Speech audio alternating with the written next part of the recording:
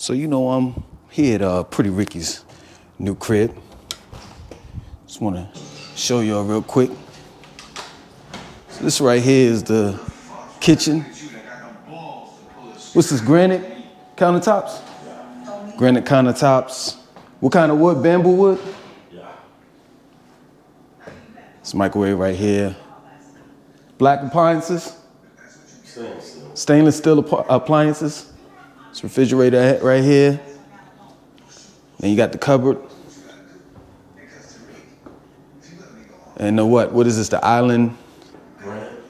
Granite Island. There's Pretty Ricky right there. You watching Power. So it's a nice setup, man. This goes with the floor. Sandstone. Kind of couch. Superfly couch. What is it, velvet? Got a nice scenery outside. I'm gonna go ahead to the bedroom. I gotta take off my shoes. This is all brand new, right? This is the first time somebody's ever lived in here. Yeah. Okay. So this is his setup. He works at home. Nice view. Bed right here. And you got the ceiling fan right there. Let's go into the bathroom. Nice big bathroom. So this is a bachelor's pad, you know what I'm saying? Like just one bedroom. You got the shower. It's a pretty big shower, man. You can do nice things with beautiful women in here. Well, let me say for the sake of this video, because it's rated PG, with one woman in here.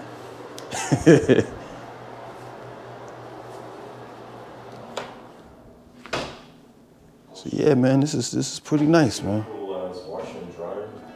Oh, the washer and dryer, I forgot about that. You said, okay, so Pretty Ricky said he has the washer and dryer in here controlled by Wi-Fi. It's pretty nice, man.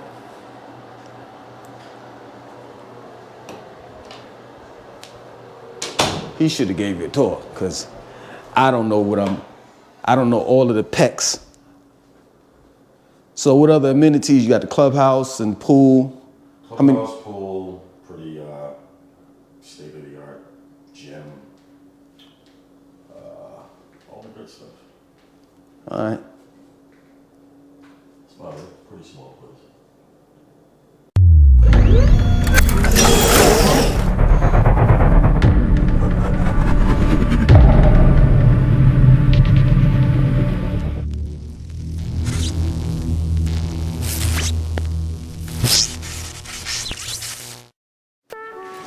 So this is the first time that you all have actually met Pretty Ricky. This has been a long-time friend of mine. We go back quite a bit. Yeah. We go back quite a bit. We met like in Greensboro, North Carolina, I think about 18 years. But yeah, 18, 20 years ago.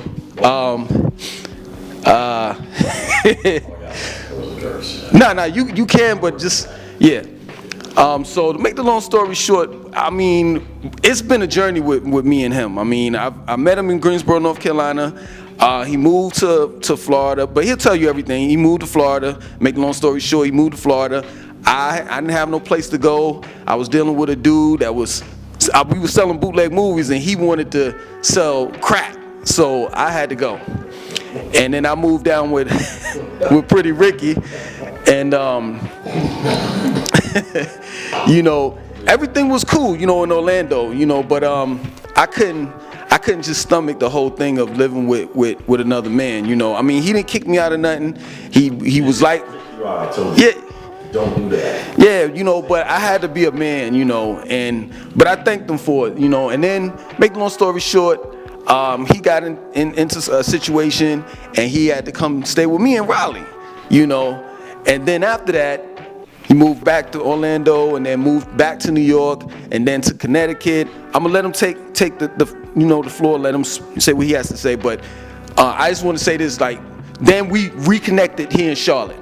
And it's crazy because he had no intentions of moving back to North Carolina. So I don't even know how he got here. I mean, he told me how he got here, but like the whole thing of just the Greensboro leaving a bitter taste in his mouth, and just North Carolina, period, and just to know that we reconnected back here in Charlotte is crazy. But I wanted to show you all his apartment first. His home first, and I'll let him tell the story of how, he was with his girl, and then he came down here and some shit happened, and now he's totally independent and single. Here you go, Pretty Ricky.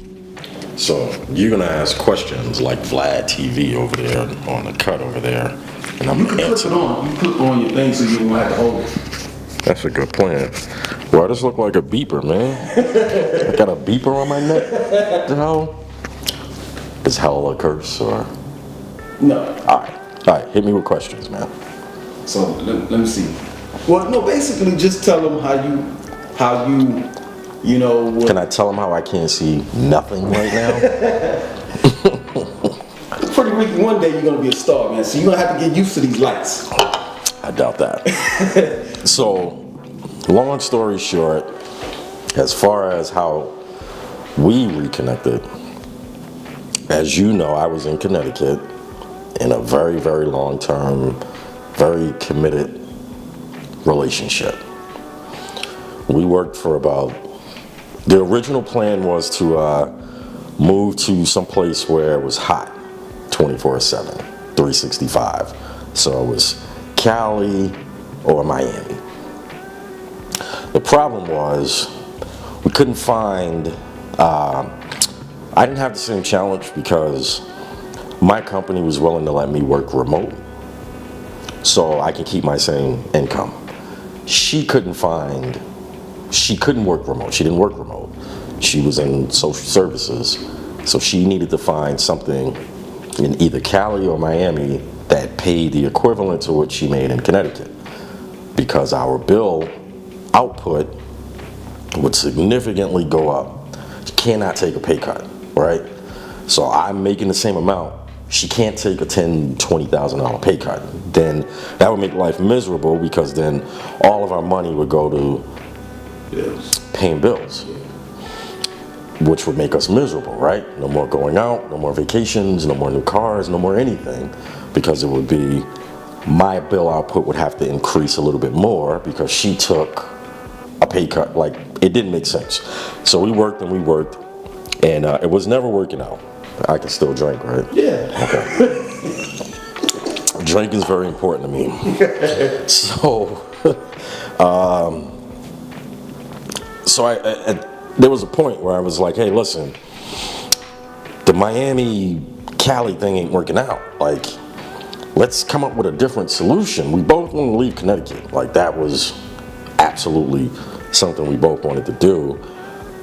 But the Miami Cali thing ain't working out. Let's try something else. And then I reflected back, like, hey, I did live in North Carolina once upon a time. Now, we absolutely can't live in Greensboro.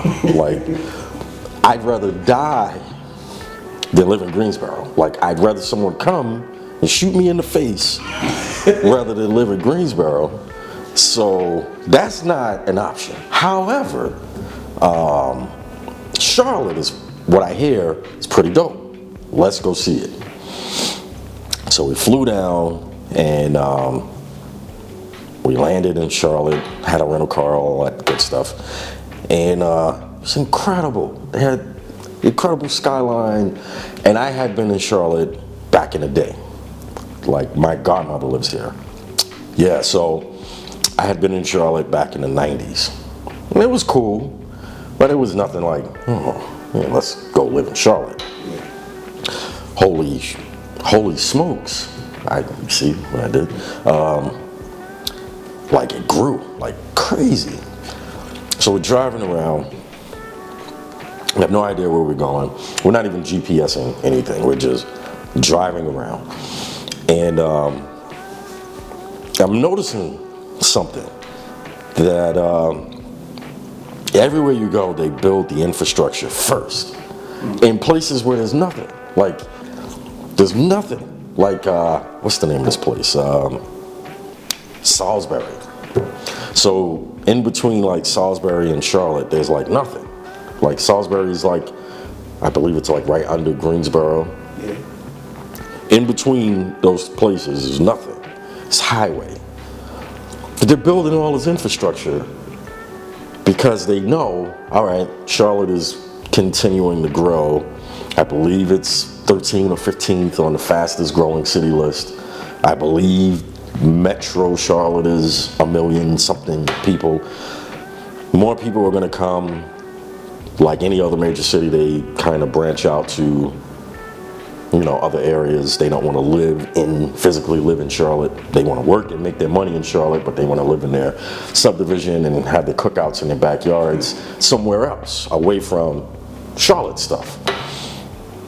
And I'm noticing like they're building infrastructure in these places where they expect in 10, 15, 20 years, we're going to have to build a subdivision here. So we'll already have it. We'll already have the infrastructure in place, and then we'll build the subdivision. They don't have to even worry about it. We could just go straight to building out communities and shopping plazas, and they'll have quick, easy access into Charlotte. Incredible. I've never seen anything like that, and I've been all over the country, right?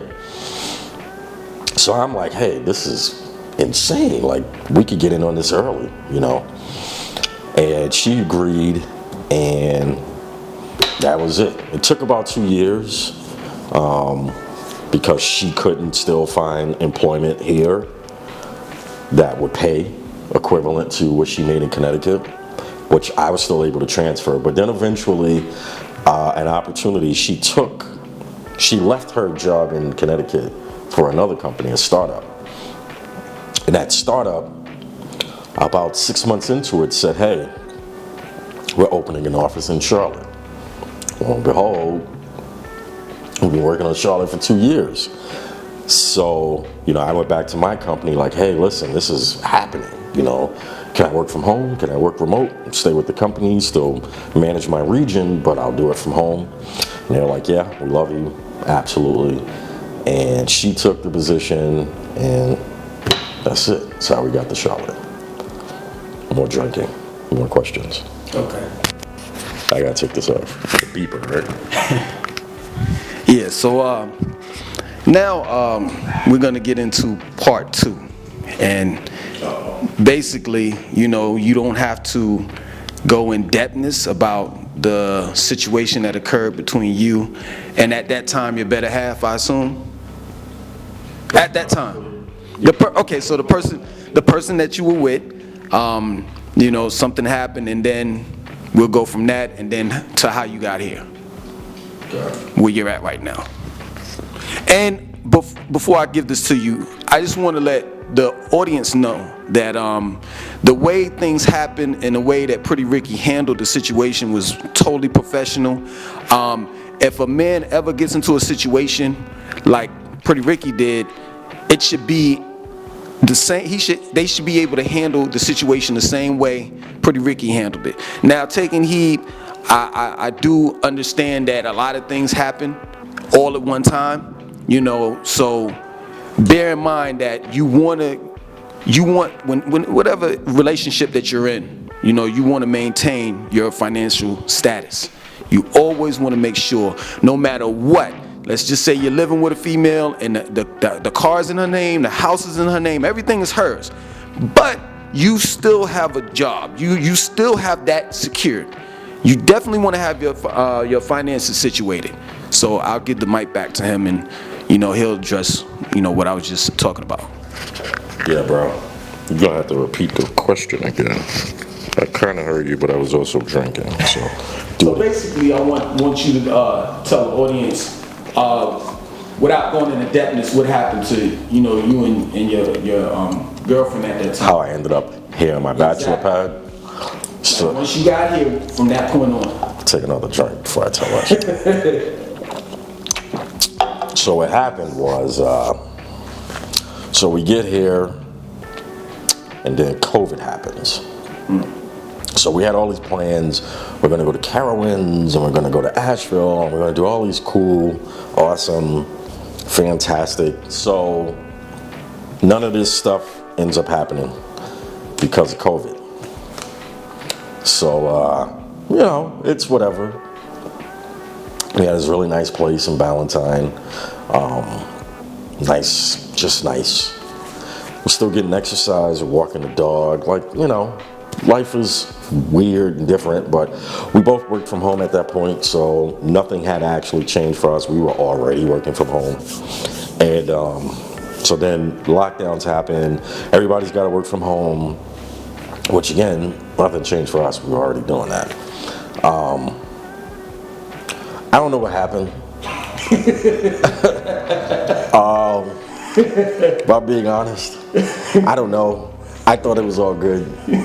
We both make a good living. We both have good careers. We both are, formally educated people. And I don't know what happened. But we had a disagreement. We didn't have a bunch of fights and knockdown, drag them out kind of things going on, right? We had some spirited arguments and disagreements or debates. In one particular time, we had kind of a conversation, and the conversation ended with me saying, I can't stand you. I hate your face, hate the way you wear your hair. It was some subconscious thing. It was time for that to end. You know what I mean? But we weren't ready to be honest about that, right? And that conversation ended with me the way you walk, I don't like the way your left foot, I don't like anything about it. I don't like your voice. I don't like how you write the letter D. Everything about you bothers me, right? So we broke up. And the decision was made. I was like, hey, listen, you keep the crib. You can even keep all the stuff. I'm leaving. I got this cool, nice, awesome place right by in Uptown near Bank of America Stadium, all that cool stuff. And she went away for a week. So I'm reserved to, the thought is I'm leaving, and I take this place. It's an apartment, not a house or anything like that, not an expensive apartment. And I'm gonna move in, I believe the move-in date was July, something like that. And see you around, maybe I'll come see the dog at some point, but otherwise, that's all right for me to do on camera. You can edit that out if, So anyway, she comes back from leaving for a week, and I'm like, hey, listen, I'm leaving. This is my time frame. We don't even have to speak until I leave. Business stuff aside, I don't need to know what you want to eat for dinner. We don't even have to speak at all. You don't have to say good morning, nothing. We're good. And she comes back and she's had an epiphany. She wants to no longer do this. And let's not break up. And so this is May, right? Which I told you about it. You're like, get the hell out of here. But she's like, hey, let's work it out. So I'm skeptical, but I'm like, okay, but this place is really nice, and I can see the stadium from it. And she's like, yeah, but let's work it out. And I'm like, yeah, but I can see the football games, in person, live. I can see live football. You want me to not see live football? Is that what you're saying? And she's like, yeah, that's what I want. I want us to live in Ballantyne and be happy. And I'm like, oh, okay, we could. You sure? Because I can still. So every day, I'm like, all right, we'll, because we were 6+ years in at that point. My kids know her as Mom number 2, her daughter calls me dad. Like, we're a family. We're as much a married, integrated family as you could possibly get without actually physically getting married. And that was next in line. We wanted to get the whole Charlotte thing resolved first and then do the get married and the commitment and I take on your bad credit kind of stuff, right? So every day, so the moving day was like July. Every day she's like, so did you call him and tell him you're not moving in yet? And I'm like, yeah, so I'm gonna do that tomorrow. Because subconsciously, my brain wasn't ready to let go of the fact that I was gonna be in this awesome place and I was gonna have like girls coming through. Like, are you sure you wanna get back together? Like, so she's like, yeah, let's get back together. And I'm like, all right. Every day I'm like lying. Like, did you call the place and tell them you're not moving in? Monday. On Monday, I'm gonna call them and say, I'm not moving in. Monday would come and she would like, did you do it today? Tuesday, I'm absolutely calling them and telling them I'm not moving in. So this goes on all through May, all through June. So we're getting close to my actual moving date. I've already paid the deposit and all that good stuff, right? So I'm like, now I'm trying to use that as my way to not give up my awesome crib. So I'm like, hey, listen, I already paid. Like, what about my money? She's like, well, I tell you what. Oh, fuck, she got an idea. All right, what you got? I'm going to, this month, pay like all of our bills. I'm gonna pay as much of our bills as possible so you don't have to pay it and that'll square us. How do you say no to that? So I'm like, so now basically I either gotta tell the truth or I gotta go with that, right? The truth is, I wanna move to the place where I can see the football games every day. The lie is, I'm gonna agree to your terms, right? Because the truth is, I really, yo, you're taking this from me. Like, I want this. Yeah. All right, okay, pay the bills. So she pays the bills. So I have no choice at this point. So I end up, like the day before I was supposed to move in, I call him. I'm like, hey, listen, and I was crying a little bit. Like, one tear was running down my face, right? And I'm like, listen, I can't move in. And they're like, what? Why? I'm like, yeah, no, I can't. I can't tell them the truth, right? I can't tell them I'm punk ass. So, I tell them like, oh, my I say some, big word. My circumstances change. Really punk ass. I can't do it. I don't have the heart to tell this broad I don't want to be here anymore. But the apartment is taken away. They list it and it gets like rented, like within hours of them listing it. Because of course, it's a fantastic deal in the heart of Uptown. Of course, some millennial took that. They didn't even think twice about it. Tell them how much it was per month. It's like, the deal was like, if I took it for, like 15 months, they were renting it to me for like $895. $895. Like, for real, I could sell crack for 2 days and pay that. Like, $895, I don't even gotta work anymore. I can sell crack for 2 days and pay that. And I don't even sell crack, but I could to pay that for 2 days, a day and a half. I could get up at 8 in the morning and sell crack till 5 o'clock and pay that. It'd be good. I don't even got to do anything for the rest of the month. But, so I gave it up and they took it and yeah, that's how that ended. I ain't happy about that, but all right. So we get back together. Everything's good. We start talking about, so the place we were in Valentine was a rental. It was ending in March of 21, so next month. And we started talking about the next move. Like, we like Charlotte. Are we gonna plant roots and buy like something or rent something? So I said, let's go see what we could get, pre-approved for. We got pre-approved for like, I don't know, $560,000 for a house. So we started going around looking at houses. Incredible. Like, even townhouses were like starting at $450, which you share a wall, but the amenities, like, it's like you could forgive the fact that you share a wall with some idiot.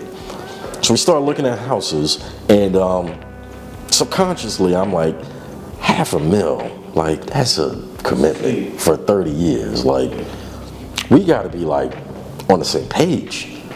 So she was like gung ho. Once we realized we got approved for over $500,000, she's like, let's buy a 4-bedroom house or something, or a crazy townhouse.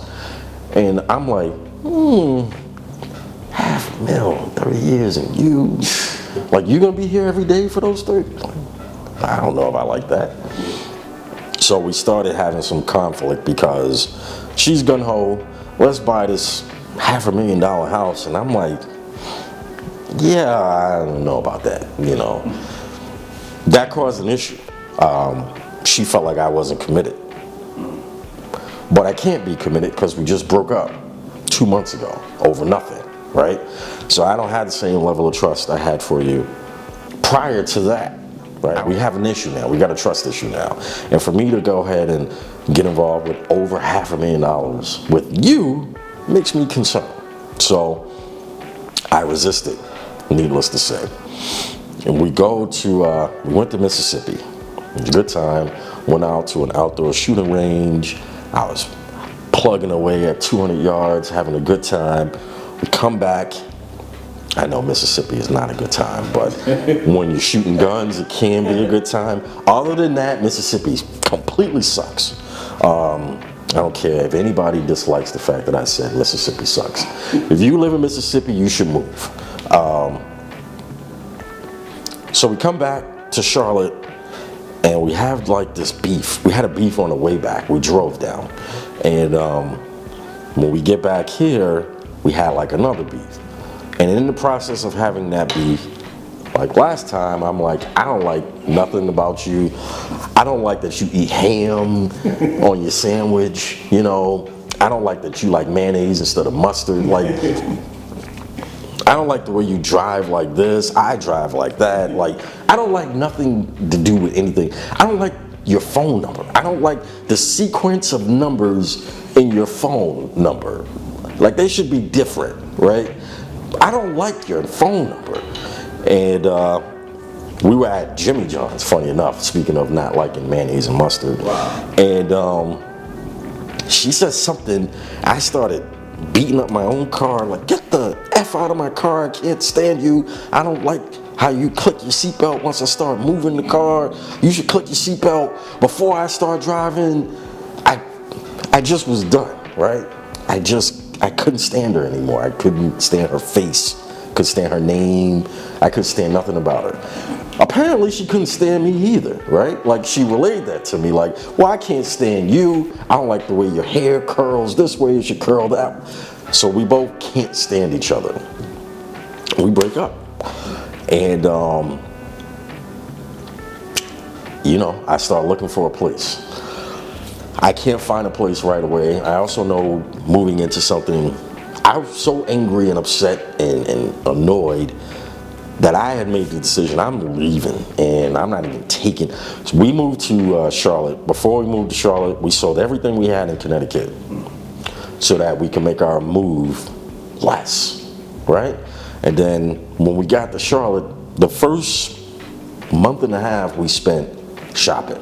So everything in that place was brand new. We bought all of that together in that place. To the point, neither one of us could stake claim to anything. Who would know? Hey, whoever was closest to pay, paid, right? So I don't know who paid for this. She doesn't know who paid for that. I didn't even want to have that conversation, so I'm like, I'll just leave. I'll be a hobo and sleep in my car before I sleep another night here, which I did, as you know. I stayed with friends, I stayed in hotels. Primarily, I stayed at my mom's house, which was horrific. Not that mom did anything at all. I don't think Mom will ever see this, but where Mom lives is a food desert, so I'm like eating Subway sandwiches every night, you know. It was horrific. It was terrible. Bad Wi-Fi, like all of it.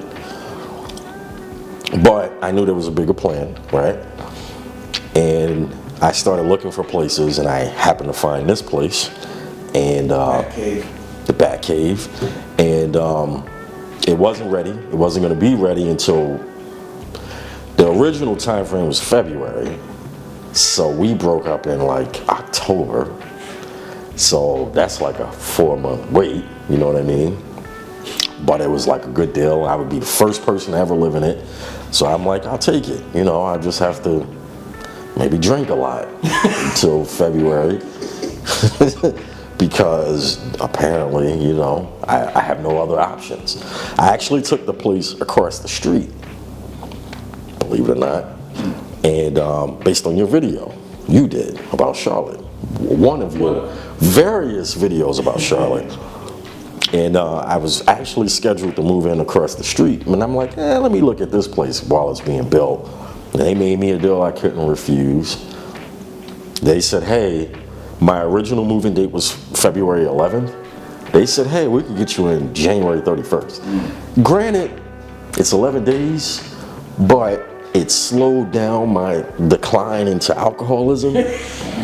So I said, and it was like $100 more, you know what I mean, for a much nicer place that no one's ever. When I came in the door, like the water hadn't even been turned on before. And I could smell the sulfur when I turned on the water. So I came in, and they were like, we'll do it for like $100 more.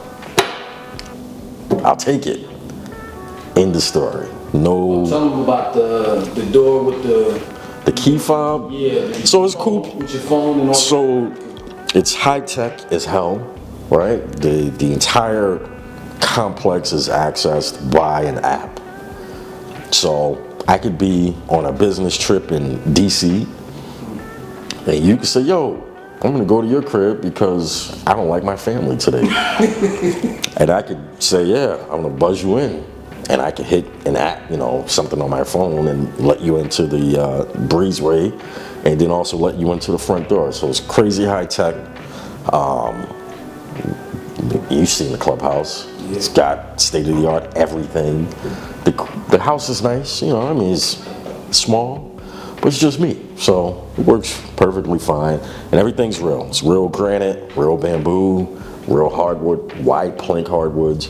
So yeah, I was able to leave that King Kong gherkin mother effer, and I didn't take any steps back, right? Because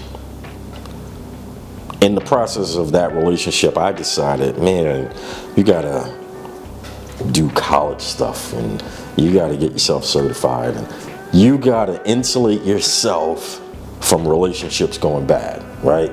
You cannot be in a situation where one person is more dependent on the other, right? A lot of black men, can I say black men? Yeah. A lot of brothers, they're in these relationships where the female's the alpha, and she did all the stuff, the right stuff, because usually the female, especially the single mothers, they want to make sure that they insulate themselves and can still support the family regardless of what baby daddy does, right? Baby daddy never thinks that way. He just continues living life the way that he has. He doesn't think about, dude, at some point you're gonna have a gray beard and you're gonna be, you know, ageism out of positions, right? Me, on the other hand, I'm like, here I am again. I'm about to be single. I'm about to be on my own. Let me make sure my credentials are good, which I didn't have to do anything. I'm still with the same company I've been with. But I did that stuff necessary to get with that company years ago so that I was insulated. So it didn't matter that me and her broke up. My lifestyle doesn't change. I still drive the same nice car. I still live in a nice place. I still spend way more money than I actually have on stuff that I don't actually need. Like, nothing actually changed, right? Except I can watch whatever I want.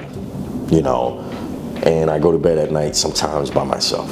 That's not all the time, but sometimes I go to bed by myself.